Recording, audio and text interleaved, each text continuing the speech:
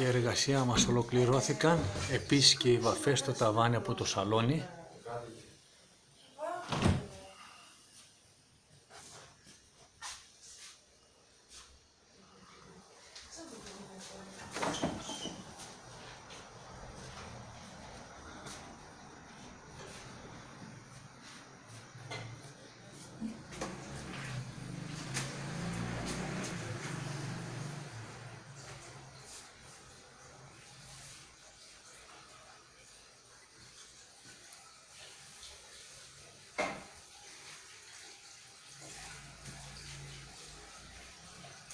Λοιπόν, μάθω το λογαριασμό να δώσω μισή λεπτά.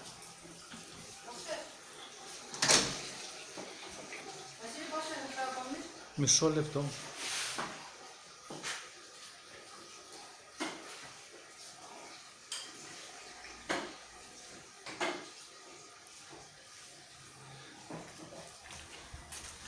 Εδώ έχουμε την κυρία Κούλα, την ιδιοκτήτρια, να μας πει μια κουβέντα για τη μόνωση στην ταράτσα της και για το σπίτι, αν είναι ευχαριστημένη. Λοιπόν, έχετε αυτό πάνω στο καθρέφτη. Είναι φανταστική η ταράτσα. Την έχει κάνει πολύ καλή δουλειά, έχει κάνει ο Βασίλης.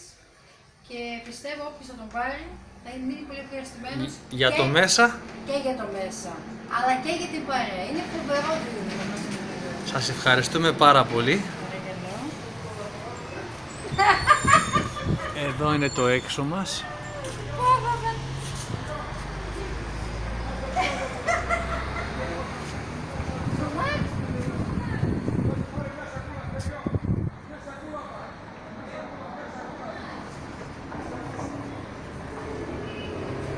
Και οι εργασίες μας έχουν ολοκληρωθεί από το σπίτι της κυρίας Κούλας.